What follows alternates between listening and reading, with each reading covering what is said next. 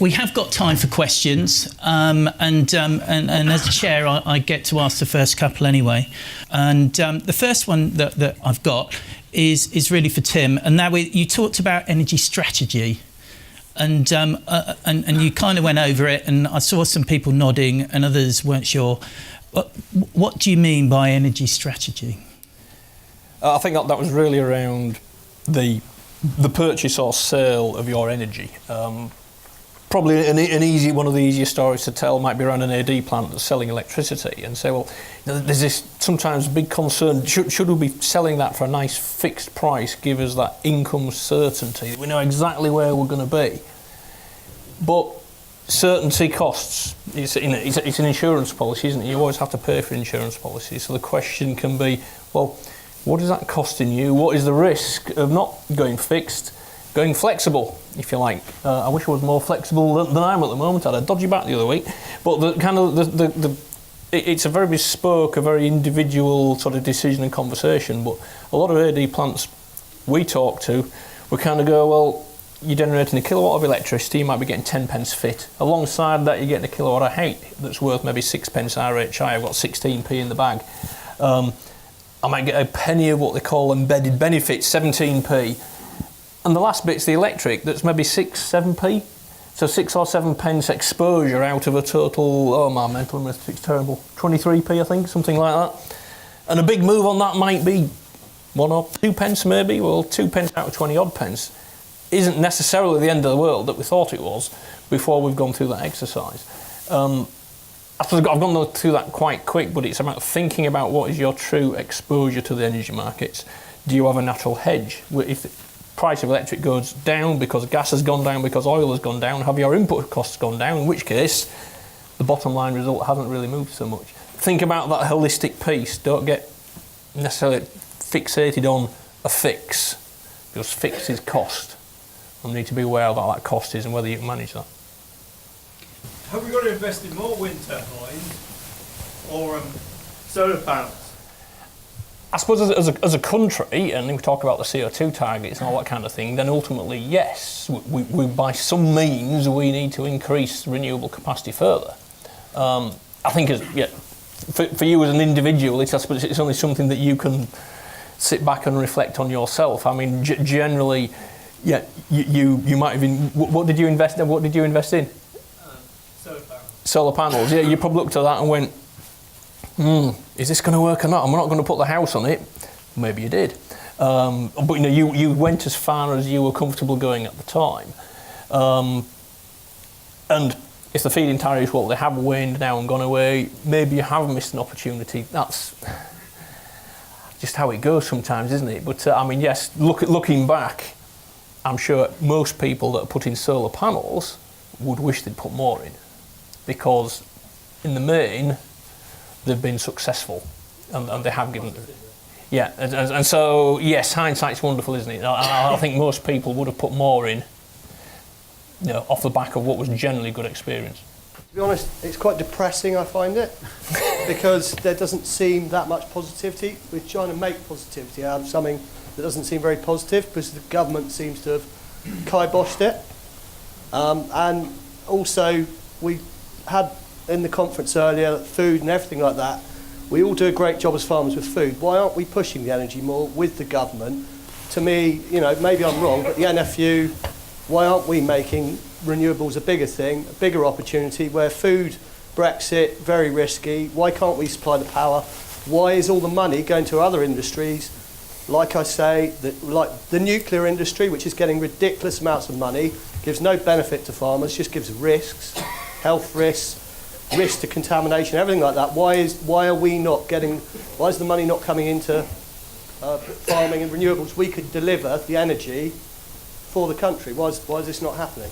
Jonathan, I think that might be you. We are continuing to make the case, both with BEIS that needs to recognise that land-based renewables are actually a significant source of our national electricity supply these days. It's well over 10% now if we add everything up together, all the stuff that we host as well as the stuff that we've invested in on our own premises. The other point, I think, really, is that we need Michael Gove, our Secretary of State for DEFRA, to recognise that producing energy is a perfectly viable, perfectly reasonable part of agricultural diversification. It is an important income stream, the point I was making earlier, which is going to be making up for some of us the income that we will no longer have from a basic farm payment. Fortunately, because the cost of some of these technologies have come down, some of them are now investable without subsidy.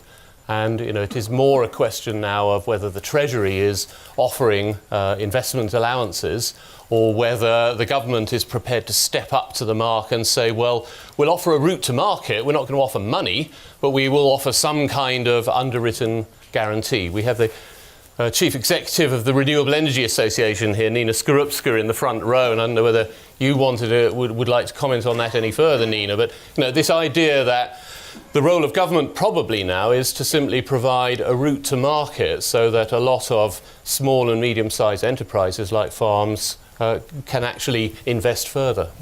I really welcomed that statement from the person in the audience as saying, could agriculture and farming community really help drive the agenda? And we're working with Jonathan and his team at the REA to build those cases. It is, as the panel have said, it's complicated. And we have seen the success of the deployment of renewable energy because the cost of the technologies for certain technologies have come down.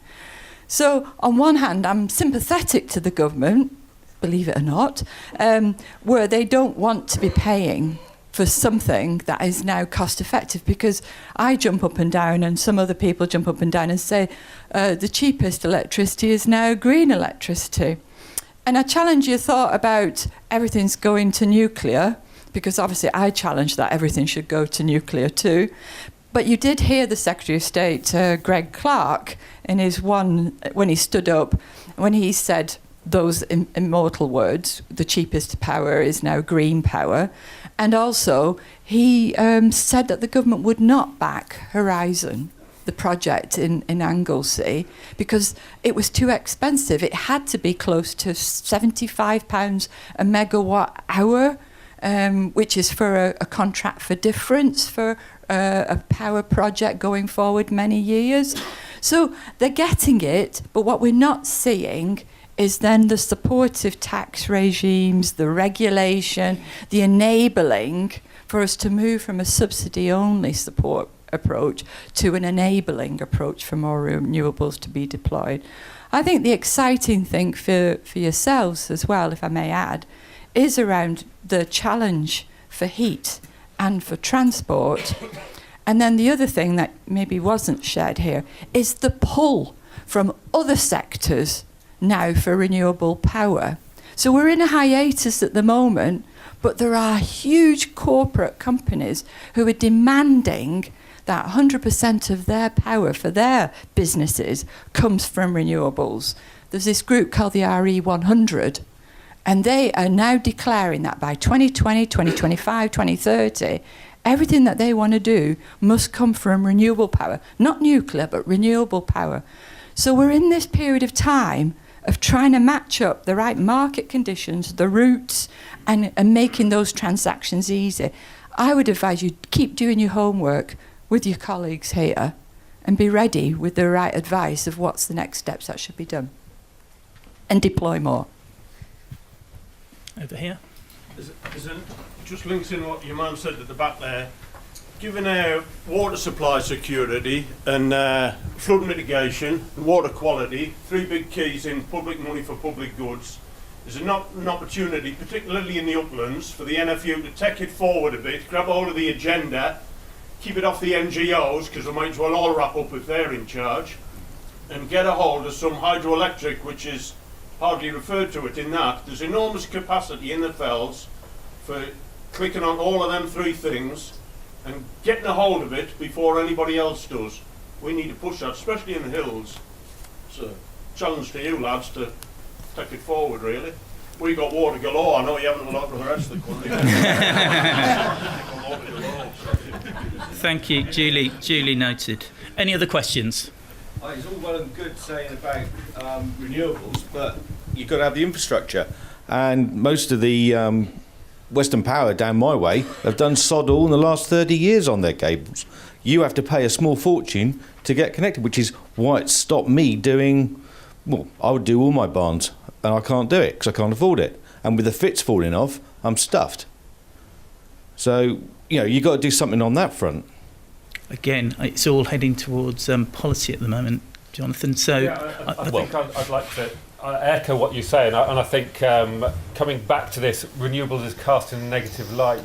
We're feeling quite depressed about it. I think two things I'd say on that. The renewable industry has had a bit of a kicking, or it feels it's had a bit of a kicking as the feed-in tariff and the renewable heat incentive disappear and dwindle away. We've never really met the challenge of the fact that they were incentive schemes to drive the uptake to transition to business as usual, and we need to get to that business as usual scenario.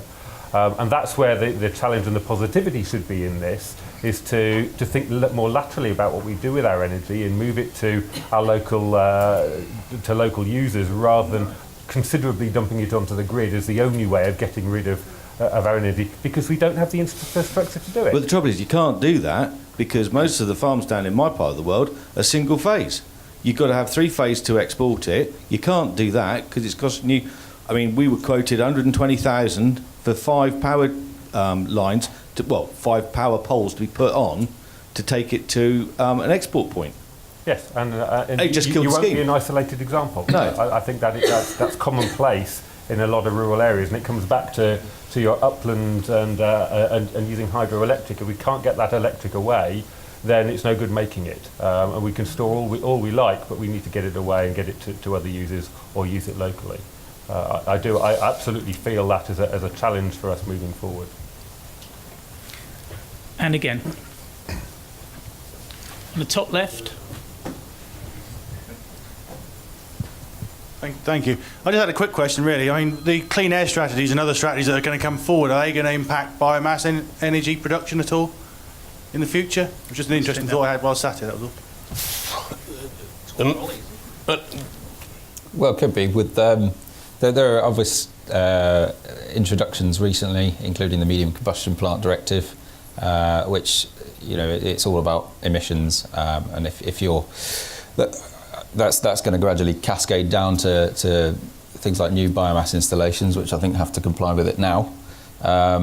Certainly, from a policy point of view, Jonathan will probably be able to give you a better idea of what going forwards will be coming in to mitigate emissions. Well, the last few years of the renewable heat incentive are going to have restrictions on urban applications of biomass heating, but we don't see that as holding back any rural applications for the time being. And there is quite a lot of public misinformation, unfortunately, out there about the degree to which biomass combustion actually contributes to poor air quality. Many of the appliances people are putting in are actually well ahead of the curve in terms of meeting emissions standards. Thank you for that, actually. That answers the question. Thank you. I mean, I might just add that, you know, there are other ways in which the move towards clean air is driving change and making technology available to us. Certainly, we're going to see with the introduction of these city-based clean air zones quite a big fillip for sales of electric vehicles, and that will probably hasten the availability of electric vehicles and electric machinery of all kinds in our sector. As a dairy farmer supplying Arla milk going on to McDonald's are already beginning to ask, how are you going to be carbon free as a farmer? We've no solar, and we're not using our slurries for energy production. It has been mooted that the solar panels, particularly now, are viable without the feed-in tariffs that are no longer available. Yes. Is that the case? And I mean, how much does it cost to set up, and what's the write-off periods? And if you're using something like 75% or more of the power in your own business, essentially displacing what you would otherwise be buying from the grid, then I think the income stream that you can make from straightforward investment in, 50 kilowatt rooftop scheme today, about £45,000. That actually has value to you of probably about £4.5 grand a year. So you're looking at about a 10% return on your investment with no subsidy. And as the market moves on now to adjust to having no feed-in tariff available, I think we can expect prices for new systems to become even more competitive. And there are small AD plants available with slurry-only feed-in. I mean, are those not viable, or are those? What's your opinion on those? Technically difficult. There is technology available. I think we remain to be convinced how well it actually performs. You're taking quite complex technology and trying to downsize it, and as I was saying earlier, regrettably, because we'd love to see small farm-scale AD plants integrated into a dairy operation, economically viable, but I think the big market opportunity in AD is probably at larger scale. If I may just add an extra bit to that, an extra dimension to that, I think we've also lived in this environment where renewable energy has been the solution, and I just hark back to think about energy efficiency. I assume before you go and invest your £40,000 in your 50 kilowatts of rooftop solar, you've already looked at your heat recovery unit systems, your plate coolers, the way of minimising your own electricity consumption first, and therefore being smart about the application of that renewables when it does come. And I think that is really key to making sure you get a successful project moving forward.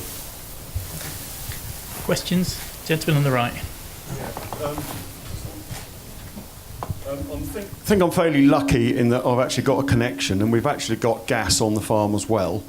But one thing we're having problems with is planning for a gas peaker plant. We are in green belt, but do you see any changes in the planning regime? Do I see any changes in the planning regime? Yeah, probably getting more difficult.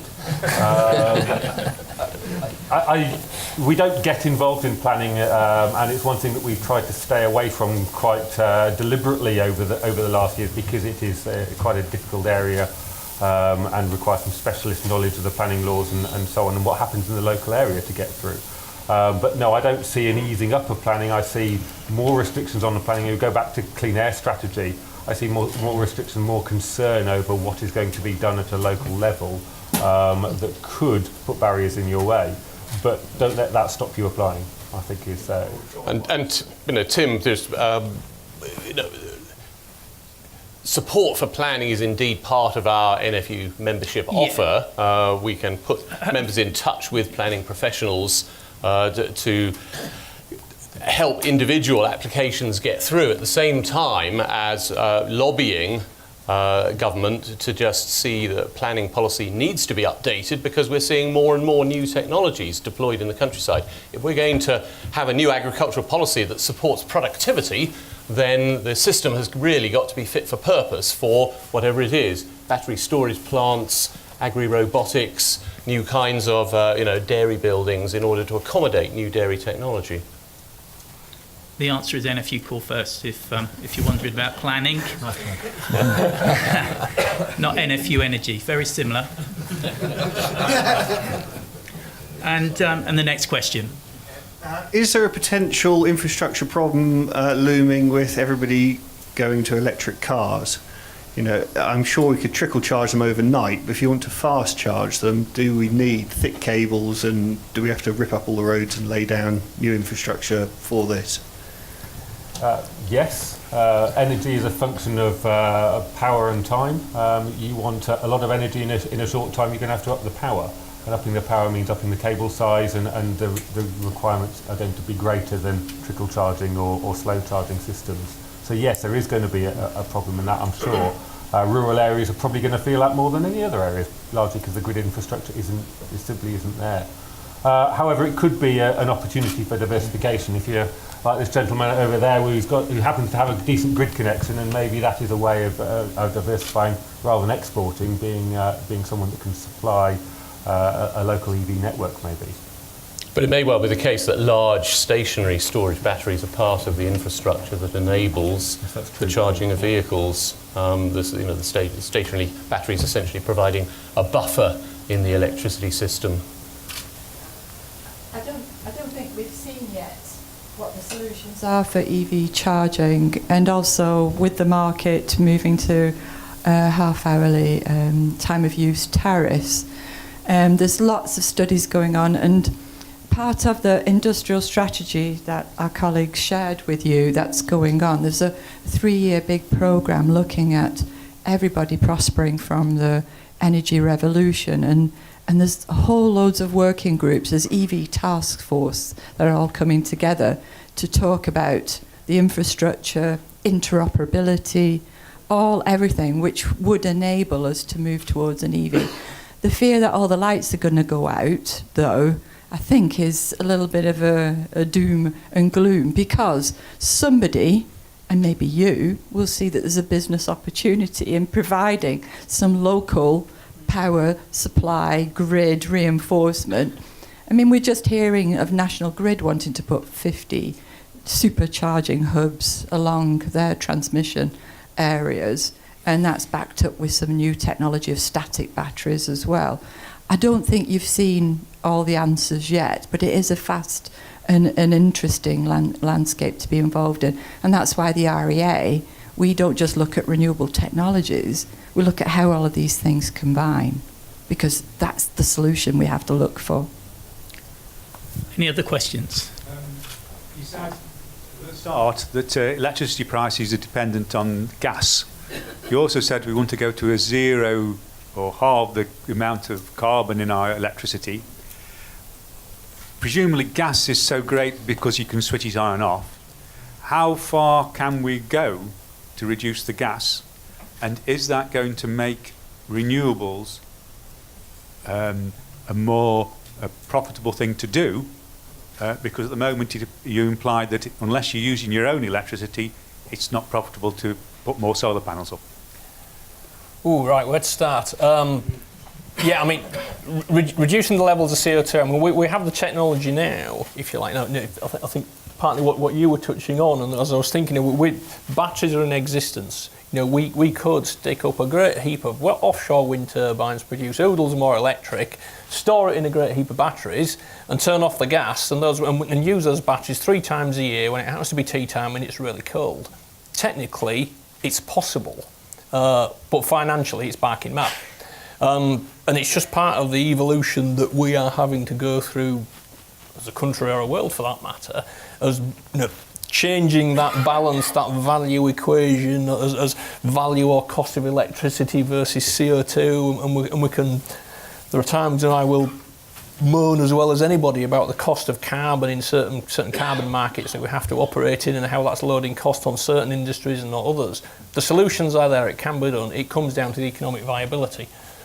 As the technology improves, that narrows the gap. I think, yes, we will use less gas within what I would call a medium time frame. I still see, 5 years from now, gas is going to still be very important as that on-demand electricity generator. It's still going to be a fair slice. It is amongst renewables displacing coal. We've seen another coal power station announce closure just recently. Its carbon intensity is way less. It's part of that path. We better not then move on to fracking, or we could be here all day, I suppose. But yeah, the solutions are there. It comes down to the economics. Any other questions? Could I just ask one, please? Yeah. We hear an awful lot about electric cars, but when every other vehicle you see on the road is a lorry or an HGV, what's the progress in that department? So I'll make a start. I mean, there are significant inroads being made already in terms of compressed natural gas displacing diesel. Now again, it's still a fossil fuel, but in terms of NOx emissions, CO2 emissions, all that kind of thing, that makes significant inroads. And we are seeing the likes of Waitrose committing useful amounts of transport capacity to compressed natural gas as an alternative. Will we get as far as wholly battery-powered traction vehicles, I guess, as Jonathan is maybe suggesting in terms of tractors? We're already starting to see sort of urban delivery lorries with 200 kilowatt-hour batteries. So Daimler-Benz and others are already investing in that. As I said, there's a transition starting to happen now out of the domestic car market into sort of the bus and truck sector. We've seen motor coaches with 300 kilowatt-hour batteries. The biggest battery I've seen in a vehicle so far is a demountable 350 kilowatt-hour battery on a mining dump truck in California. And this is rather interesting because this is a very large non-road vehicle application, and it's using a swappable battery, which perhaps may give us some idea of what technology might be available for heavy tractors at some point in the future. In the meantime, Tesla is running prototypes around the United States, 18-wheeler trucks with a 500-mile range, which are attracting an awful lot of early interest. But who knows what Musk's strategy is? He is, he's the Richard Branson of the last decade, certainly a very disruptive individual. Other questions? Yeah. Sorry, it's me again, just a quick one. You're saying that you don't see any tariffs coming back, so then you're investing purely on use.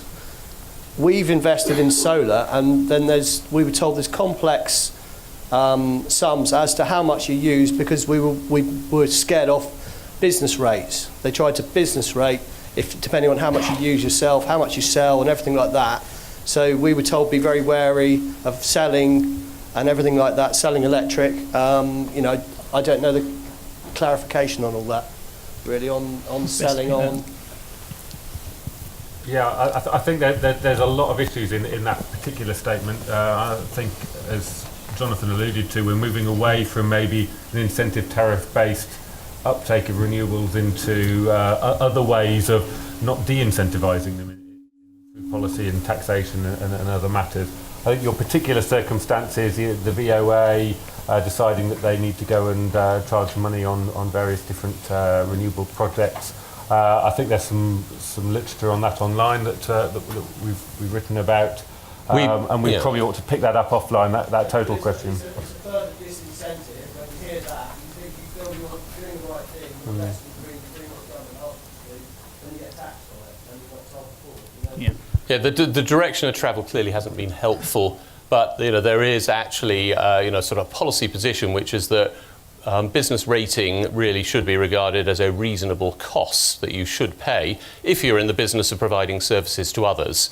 On the other hand, as you were pointing out, if you're using that self-generation mostly for the purposes of agriculture, there are certain agricultural and small business exemptions that you should really be able to use. And it's rather awkward that there's a sort of break point between the two. But none of this was really publicised with the push with renewables. That's what I think is. It seems as though it's crept up government-wise. That just reminds me. It has almost appeared to be rather like a sort of stealth tax that was thought about at a later date. Oh, look, we've created a cash cow here. This will be great for, raising local business rates. Can I take one more question before the end?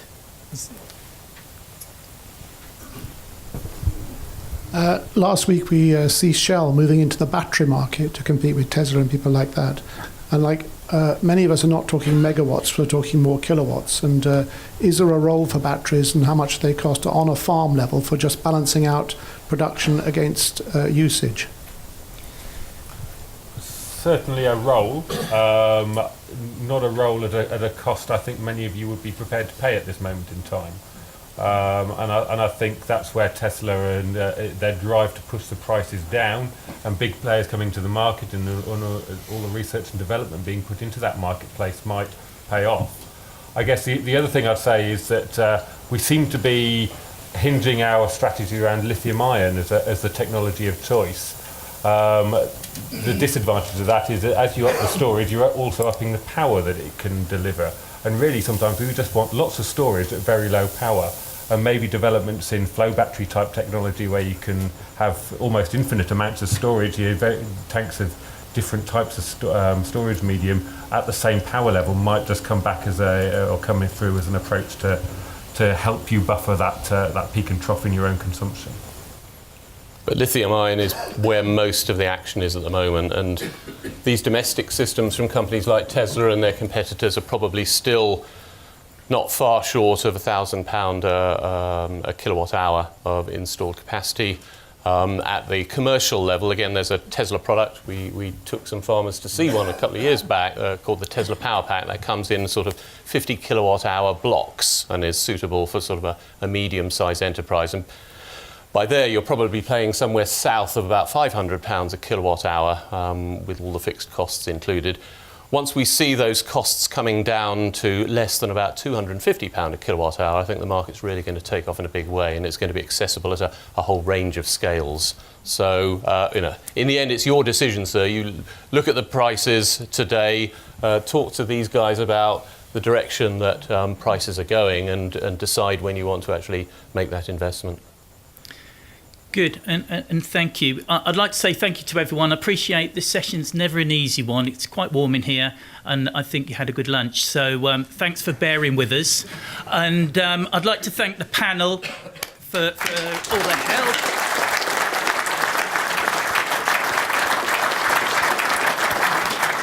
And lastly, we have got the stand in the main auditorium, so I'm sure there are other questions or whatever. Please come and have a chat with us. The guys will be around. If any of you want to stay, and ask questions now, please do so. And lastly, thank you once again for coming to our session. Thank you.